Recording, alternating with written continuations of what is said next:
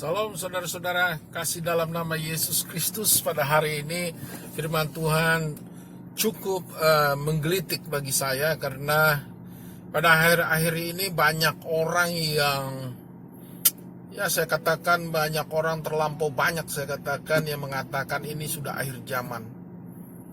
Kedatangan Yesus sudah sangat dekat.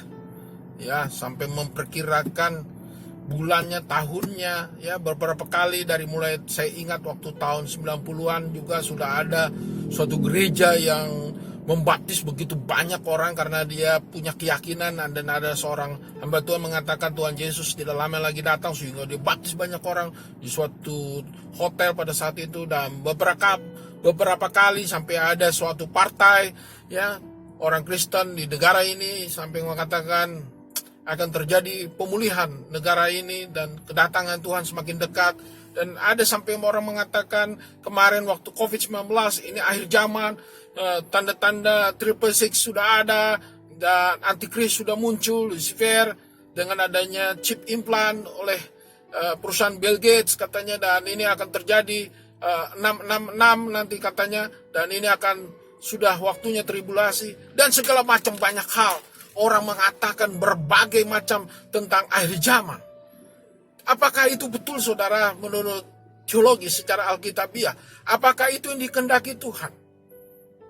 Sehingga orang takut akan menghadapi masalah seperti itu. Sehingga orang ditakut-takuti bahwa ini sudah akhir zaman dan sakit penyakit dan segala macam, dan akhirnya nanti orang mati dan ini akan menjawab kesengsaraan dan penderitaan. Saudara yang kasih dalam nama Yesus, dari zaman dulu, saya katakan dari zaman dahulu, dari 2000 tahun yang lalu, ini sudah terjadi, ada pergolakan, sakit penyakit, peperangan, bencana alam, dan segala macam kehidupan dunia ini yang tidak bersahabat dengan manusia pun sudah terjadi, saudara. Sudah terjadi, dan jangan heran. Kalau bicara penyakit, sudah ada dulu penyakit-penyakit yang tidak bisa disembuhkan oleh dunia. Tapi dunia tetap berjalan, kehidupan tetap berjalan. Ternyata sampai hari ini manusia tetap berjalan dan belum kiamat, saudara. Nah, apakah itu yang kita tunggu dan kita jadi ketakutan? Saudara yang kasih dalam nama Yesus, sebagai hamba Tuhan, saya tidak senang melihat seperti itu. Bagi saya bukan itu yang dikehendaki itu. Bagi saya bukan itu dikehendaki Tuhan. Ini yang mau saya sampaikan firman Tuhan, yaitu berjudul berjaga-jaga. Berjaga-jaga jauh lebih penting daripada kita mau menghitung hari. Berjaga-jaga kita jauh lebih penting dari apa yang kita takutkan. Lebih baik kita berjaga-jaga, karena kita nggak tahu kapan Tuhan datang. Itu aja yang penting. Itu saja yang penting. Walaupun tanda-tandanya jelas di dalam Alkitab. Nanti saya ada khotbah yang akan saya buat, khotbah tanda-tanda kedatangan Tuhan sudah ada. Nah, itu tidak perlu kita bahas. Tapi persoalannya apakah saudara sudah berjaga-jaga? Itu jauh penting. Anda boleh baca, judulnya, temanya adalah berjaga-jaga. Anda boleh baca 1 Tesalonika 5. 1 Tesalonika 5 ayat 1 sampai ayat yang ke-11. 1 Tesalonika 5 ayat 1 sampai 11. Anda boleh baca nanti. Saya hanya menyampaikan renungan 1 Tesalonika 5 ayat 1 sampai 11. Satu perikop, satu perikop, yaitu 11 ayat. 1 Tesalonika 5, satu perikop. Judul perikopnya juga berjaga-jaga. Ini yang mau saya sampaikan. Di dalam perikop itu, ayat itu, Tuhan memerintahkan kita, yaitu untuk berjaga-jaga.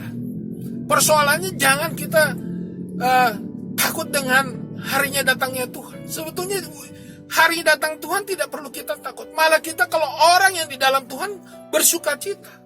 Banyak orang-orang yang menunggu kedatangan Tuhan. Sebetulnya kita bersuka cita menunggu kedatangan Tuhan, bukan yang ketakutan. Nah, ini yang kadang-kadang banyak orang hamba Tuhan yang menyesatkan, menakutkan. Ini akhir zaman, Pak Pendeta. Ini sudah 666. Bill Gates. Bagi saya tidak peduli mau Bill Gates bikin chip implant. Apakah itu hubungannya dengan 666? Bagi saya itu tidak peduli. Walaupun secara teologi saya tahu tidak ada hubungannya antara chip implant yang akan diproduksi Bill Gates, tidak ada hubungannya dengan 666. Itu ada satu lagi topik yang akan kita bahas lebih dalam lagi. Bagi saya tidak peduli. Yang saya peduli berapa banyak orang yang mempersiapkan diri berjaga-jaga, berjaga-jaga akan kedatangan Tuhan seperti pencuri. Seperti pencuri di waktu malam. Itulah dikatakan dalam firman Tuhan. Kedatangan Tuhan seperti pencuri di waktu malam. Jadi tidak ada satupun manusia yang tahu. Tidak ada satupun manusia yang tahu persis tanggal berapa dan bulan berapa, tahun berapa. Jadi kalau ada orang mengira-ngira, oh tahun ini nanti, kira-kira ini berapa tahun, itu penyesat saya katakan. Karena banyak penyesat sekarang di medsos mengatakan seperti itu. Bernubuat bahwa kedatangan Tuhan sudah semakin dekat, bilang begini, bilang begitu. Enggak, bagi saya bukan itu. Persoalan saya sebagai hamba Tuhan, bukan itu yang saya sampaikan. Saya harus sampaikan kabar baik, karena Injil ini adalah kabar baik, saudara. Bagaimana orang itu mempersiapkan diri, hidupnya sudah di dalam kekudusan Tuhan, dan siap diangkat oleh Tuhan. Itu yang penting. Apakah di dalam video ini saya mau tanya kepada kita, apakah saudara hari ini kalau saudara kedatangan Tuhan atau diangkat Tuhan, saudara sudah dalam keadaan siap? Saya ulang lagi, jika saudara didatangi Tuhan malam ini, atau kita masuk dalam akhir zaman dan Tuhan datang, apakah kalau malam ini kita kedatangan Tuhan, apakah kita sudah siap? Itu persoalannya. Bagi saya sebagai hamba Tuhan, persoalannya apakah kita sudah siap? Kalau kita belum siap, saudara, ya, kita harus berjaga-jaga, siap sedia seperti prajurit. Prajurit itu kalau dibunyi trompet atau peluit oleh komandannya, wait katanya, mereka dalam keadaan tidur pun dia harus bangun. Harus siap bangun dan berpakaian lengkap. Ya, mereka harus berdiri dan berbaris, ya, di lapangan. Jika ada satu ketinggalan, mereka akan kena hukuman. Satu aja. Misalnya dia tidak bawa kopel, dia tidak bawa tempat air minum, tidak pakai sepatu, dan tidak bawa senjata atau topi, kembali mendapat hukuman. Nah, seperti itulah kita. Kita ini seperti prajurit. Kalau trompet sangkakala bunyi, ya kita dalam keadaan siap sedia seperti prajurit, saudara. Nggak bisa bilang, oh nanti dulu Tuhan, aku belum beres persoalanku. Oh ntar dulu Tuhan, dosaku masih banyak, aku belum bereskan diriku. Saudara, kita nggak tahu Tuhan datang. Itu persoalannya. Kita nggak tahu kapan Tuhan datang. Bisa hari ini, bisa besok, bisa lusa, bisa minggu depan, bisa bulan depan, bisa tahun depan atau tahun berikutnya. Kita nggak tahu kapan Tuhan datang. Tapi bagaimana mempersiapkan diri kedatangan Tuhan, itu jauh lebih penting. Jangan kita takut. Karena Tuhan juga gak suka kita. Karena Tuhan ingin dicintai. Tuhan juga ingin dikasihi. Tuhan ingin dilayani. Tuhan juga kita mau lakukan kehendaknya. Itu yang penting, berjaga-jaga. Bukan kita ketakutan, akhirnya kita berdoa dalam kamar. Wah sebentar lagi nih kiamat. Kita berdoa saja, tidak melakukan apa-apa. Itu salah besar, saya katakan. Ya, salah besar. Ya. Kalau Tuhan kita tahu mau datang, kita harus mempersiapkan diri. Sudah berapa jiwa kau bawa di hadapan Tuhan? Itu jauh lebih penting. Berjaga-jaga bukan berarti kita berdiam diri.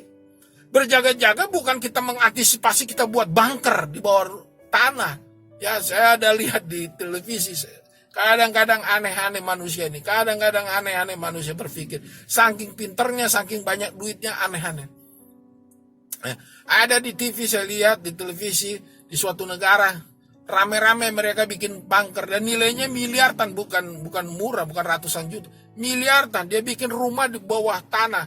Karena takut kedatangan Tuhan. Ada bom, ada perang, ada apa, segala macam. Dia buat bunker. Menghadapi akhir zaman. Coba bayangkan, itu kan selama-lama orang itu gila bagi saya. Menghadapi akhir zaman kita gak bawa apa-apa. Dan kita tentunya badan ini akan tinggal. Kita hanya roh kita kembali kepada Tuhan. Itu jauh lebih penting, saudara. Jadi kita berjaga-jaga itu dalam segala aspek, ya. Dalam segala aspek. Apakah kita, yang pertama, sudahkah hidup kita di dalam kekudusan? Itu penting. Sudahkah hidup kita di dalam kekudusan? Karena di dalam 2 Petrus 3 jelas, Anda baca 2 Petrus 3 jelas. Orang yang hidup di dalam kekudusanlah yang Tuhan angkat nanti. Dan Tuhan sedang menunggu, bukannya Tuhan terlambat, tetapi Tuhan sedang menunggu pertobatan kita, itu yang penting. Yang kedua adalah pertobatan. Tadi sudahkah hidup di dalam kekudusan, apakah kita sudah bertobat? Itu yang Tuhan tunggu. Yang ketiga, dalam berjaga-jaga kita sudah melakukan kehendak Tuhan seperti wanita, ya, seperti 5 wanita, ya, 5 wanita yang menyiapkan pelita, dan 5 wanita bodoh yang tidak menyiapkan pelita. Oleh karenanya saya mau katakan, apakah kita sudah menyiapkan pelita itu kedatangan Tuhan? Kita menyambut Tuhan Yesus. Itu jauh lebih penting, saudara, yang ketiga tadi. Ya, mempersiapkan pelita, mempersiapkan kehidupan. Tadi katakan tadi kudus, bertobat, sekarang mempersiapkan kedatangan Tuhan dengan segala aspek. Ya, segala aspek saya katakan. Ya, kita mempersiapkan misalnya keluarga kita, istri, suami, anak-anak, keluarga besar, orang tua, dan siapa saja. Apakah kita sudah melakukan yang terbaik bagi mereka? Tetangga, gereja, umat, siapapun dunia, apakah kita sudah membawakan kabar baik bagi banyak orang? Apakah kita sudah menyampaikan kabar baik bagi banyak orang? Sehingga banyak orang datang kepada Tuhan karena kehidupan kita. Itulah yang berjaga-jaga. Bukan berarti kita diam di rumah seperti yang saya katakan, berdoa, diam di rumah ketakutan. Enggak, saudara. Hari ini bagaimana memberitakan kabar baik bagi banyak orang, bagi dunia. Mempersiapkan diri, karena Tuhan tanya, bukan Tuhan tanya berapa mobilmu, tapi Tuhan tanya berapa jiwa kau bawa, minimal keluargamu, istrimu, suamimu, anak-anakmu, pembantumu, supirmu, apalagi karyawanmu, keluargamu besar, orang tuamu, mertuamu, tantemu, pamanmu, ya, itu yang penting. Baru kita lingkungan. Saudara yang kasih dalam nama Yesus, berjaga-jaga. Tadi saya poin pertama, sudah dalam hidup kekudusan. Yang kedua, dalam pertobatan. Yang ketiga, kita mempunyai pelita, mempersiapkan diri dengan berjaga-jaga. Kita melakukan kehendak Tuhan. Itu yang jauh lebih penting. Melakukan kehendak Tuhan, membawa jiwa. Itu berjaga-jaga. Ya, menyambut Tuhan. Yang keempat, kita punya hidup, ya, dalam hidup kekudusan, pertobatan, dan melakukan damai sejahtera. Ya, kita harus mempersiapkan damai sejahtera. Karena kedatangan Tuhan kita sambut dengan damai sejahtera. Jangan seperti pendeta-pendeta atau pengkhotbah yang bilang, begini, tak lagi hidup dalam ketakutan. Yang enggak lah. Kalau kita sudah hidup dalam kekudusan, di dalam hidup pertobatan, kita mempunyai pelita, harus punya damai sejahtera, bukan dalam ketakutan. Kedatangan Tuhan kita sambut dengan damai sejahtera, sukacita, bukan dengan ketakutan, saudara. Seperti banyak orang sekarang pada hari ini, banyak orang ketakutan. Saya melihat banyak ketakutan. Ya, banyak orang ketakutan. Itu tidak baik. Kedatangan Tuhan kita sambut dengan sukacita. Sekalipun nanti datang Tuhan, sekalipun gemuruh sudah muncul, bunyi sangkakala sudah bunyi, ya, kita sambut dengan sukacita. Ya, gak usah ketakutan. Kedatangan Tuhan memang kadang-kadang mengerikan, karena Tuhan itu adalah api yang menghanguskan. Ya, tapi menghanguskan siapa? Orang-orang yang punya dosa. Orang yang tidak hidup dalam kudus. Orang-orang yang tidak bertobat. Orang-orang yang tidak berjaga-jaga tadi, yang punya pelita seperti wanita itu. Nah, itu yang akan dihantam Tuhan. Tapi kalau orang-orang yang benar, orang yang bertobat, orang-orang yang kudus, yang sudah berjaga-jaga, ya gak kenal lah. Ya, orang itu tidak dikenai murka Tuhan. Baca Alkitab, dimanapun ada banyak ayatnya. Tidak akan dimurkai Tuhan, dan dia tidak akan masuk tribulasi, penderitaan besar itu. Makanya kalau kita yang keempat tadi, damai sejahtera, itu penting. Menyambut Tuhan dengan sukacita, bukan ketakutan. Seperti banyak orang kedatangan Tuhan, orang ditakut-takuti. Enggak lah. Bagi saya, kedatangan Tuhan harus disambut dengan sukacita. Orang yang damai sejahtera, orang yang sukacita, itulah yang menyambut kedatangan Tuhan kedua kali. Kiranya firman Tuhan ini meneguhkan hati kita. Yang pertama, berjaga-jagalah. Ya, berjaga-jagalah. Jangan berhitung dengan tanggal atau tahun atau bulan kapan Tuhan datang. Itu tidak perlu.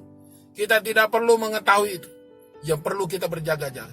Yang kedua, kita yang penting hidup di dalam kekudusan. Kalau Tuhan datang pun pada saat ini, bunyi sesekala bunyi, kita sudah didapati dalam hidup kekudusan. Yang ketiga, kita hidup di dalam pertobatan. Tentunya orang kudus juga dalam pertobatan, ya. Ya, pertobatan, betul-betul bertobat yang terus-menerus diperbarui. Maksud saya pertobatan ini Memang hidup dalam kudusan pasti udah bertobat. Tapi yang maksud saya yang ketiga ini, pertobatan adalah terus menerus diperbarui. Itu maksud saya. Ya, supaya pengetahuan tentang Tuhan penuh diperbarui. Yang berikutnya adalah berjaga-jaga. Yang keempat adalah berjaga-jaga. Berjaga-jaga seperti 5 wanita yang menyimpan pelita minyak di dalam pelitanya. Tidak seperti wanita bodoh yang tidak ada minyak. Waktu Tuhan datang, dia baru cari minyak. Ya, kita sudah persiapkan minyak. Kedatangan Tuhan dengan minyak, yaitu kita bekerja tanpa ketakutan. Kita bekerja, ya, melayani Tuhan, melakukan kehendak Tuhan. Apa yang menjadi kehendak Tuhan dalam kehidupan? Panggilan sorgawi kita masing-masing berbeda. Apa yang kita perlu?